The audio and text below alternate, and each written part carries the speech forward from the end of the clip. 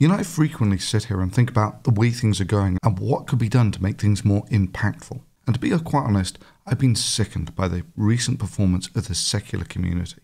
The problem is that many in leadership positions have managed to get themselves bullied or cajoled into this bullshit PC appeasement position by people who are conspicuous in that they proudly label themselves as feminists. Folks who find t-shirts like this offensive enough to reduce them to tears.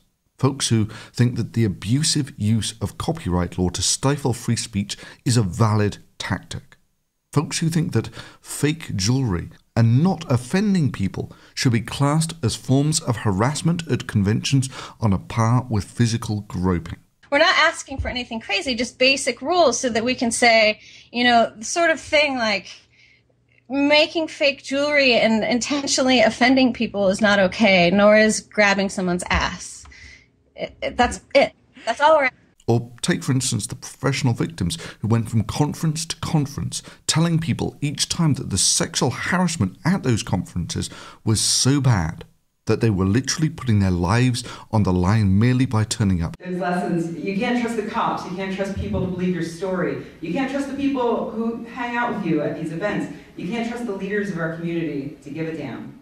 That it was so dangerous that they had to go around in pairs. So at the conference, all of the skeptic writers who were there instituted a buddy system in which we always traveled together or with a male escort, and especially when returning to hotel rooms late at night. Even though, of course, the sexual harassment was so bad that all these poor defenseless women might not even have known they were being sexually harassed unless there was a feminist organisation there that could educate them about just what a horrific social injustice this harassment that they weren't even aware of was. I want to read one first. It says, I've hung around with atheists and skeptics, and I've never encountered this problem, that being sexism or misogyny. His name is Rick, obviously. I suspect he's flat-chested. That's, you know. Well, you know, but it's important to remember that there are also women who have hung out in these communities who have never experienced, who would say that they've never experienced sexism. And that's not to say that I'm implying that they're lying. More that I think that there are a lot of things that are part of a misogynist culture or milieu that would go by unnoticed by most women. They went unnoticed by me for most of my 20s. Or those who suggest with a straight face that there is actually an active debate in the secular community at the moment as to whether women are fuck toys and eye candy for privileged white men or are equal colleagues. Yep, apparently the debate is taking place online in exactly those binary terms with no other positions available. You see, P.Z. Myers said so. Right now, for instance, the internet community of atheists is racked with these paroxysms of argument over, of all things, the status of women. We're trying to decide whether women are eye candy and fuck toys for the privileged white men, or whether we're colleagues together in this movement. And I would have said some time ago, oh, that's easy, that's settled. We know what the answer is there, right? They're equal partners in this effort. But surprisingly, that debate is going on the internet right now. Look, I don't know whose bright idea it was to get these guys to talk critical thinking type conferences, but what he's saying here is so outrageously detached from reality. That debate is going on the internet right now. I guess misogyny is not the sole prerogative of Christian and Islamic fundamentalists. There are also some atheists who feel this way. It's not even a straw man.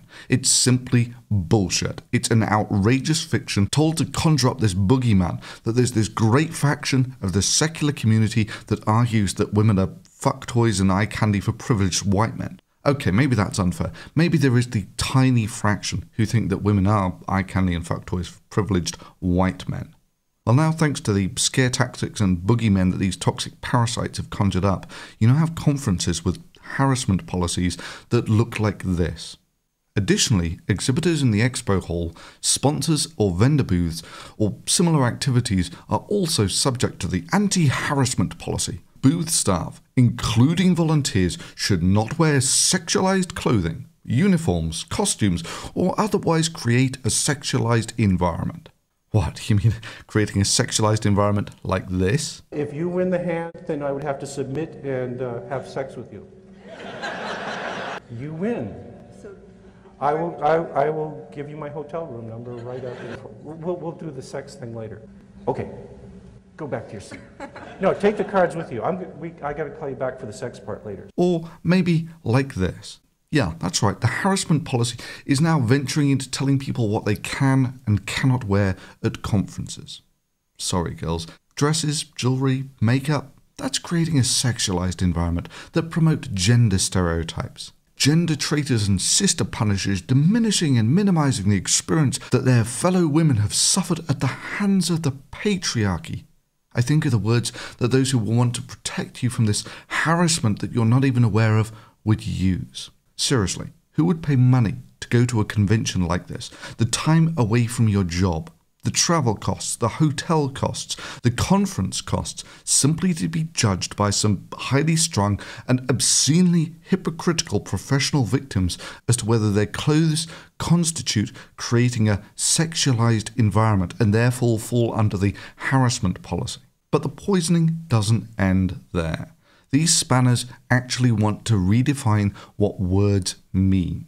You know, like atheism used to mean just not accepting there was a god or gods. Well, now it means this. And when we use science, it answers problems. It resolves questions for us. We should do more of that, I think. So, I propose this, that, atheism is the radical notion that we should live our lives by the principles of reason and evidence. That is, by science. And, of course, those rational goals are phrased in exactly the same radical notion language that constitutes the false strawman dichotomy that lies at the heart of his feminist dogma. And sure, let Muppets like this have their way. And they wouldn't merely stop with trying to control what you're allowed to wear. They would extend their right to prohibit you from saying things that people might find offensive. Your right to do something ends the second that what it is you're doing hurts somebody else. It's the original phrasing is you can wave your arms around, but that right stops when you hit somebody in the nose. I believe your right to swing your fist ends where my faith begins. Or something along those lines. And you know what? That's actually very true, and that also applies to things like language. Yeah, I can say all manner of words. I have the right to do that. I have the freedom of speech. But my right to do that ends the second that somebody who is affected by those words hears me.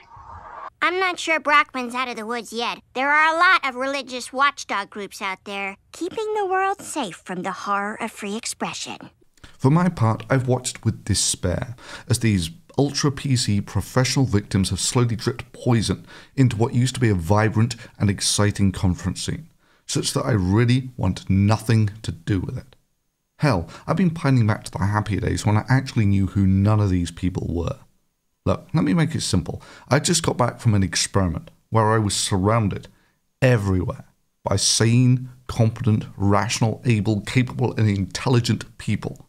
And then you come back to the secular community, where you have people like Melody Hensley, that's the executive director of the Center for Inquiry DC, going creationist style, ban happy on people who haven't even mentioned her name yet, because they might say something bad about her someday, and starting flagging campaigns against videos critical of her. Oh, and would you believe it, she labels herself as a feminist too. It's just sickening to see someone from the Center for Inquiry embrace with such relish these silencing tactics, which we've seen creationists use here on YouTube for years to protect their bullshit arguments from criticism. I mean, really, an executive director from the Center for Inquiry running a flagging campaign. Shit, these people would give Scientology a run for their money. Thankfully, these PC bullies really cannot get much purchase on the open forum of free speech. That is, on YouTube, these thin-skinned whiners are an utter non-event. I don't have a major presence on YouTube. They're like creationists. Their ideas just cannot compete on an open and fair playing field, and they know it. Stating things like, the comments at YouTube are a cesspit. They really are. Indeed, they have to resort to these creationist and pseudoscientist tactics of disabling ratings and comments. Seriously, those who organize the conference scene, get a grip. You do not have to appease the request of every PC whiner. The secular community can achieve great things. but it will never achieve anything while it has poison like this being dripped into its heart.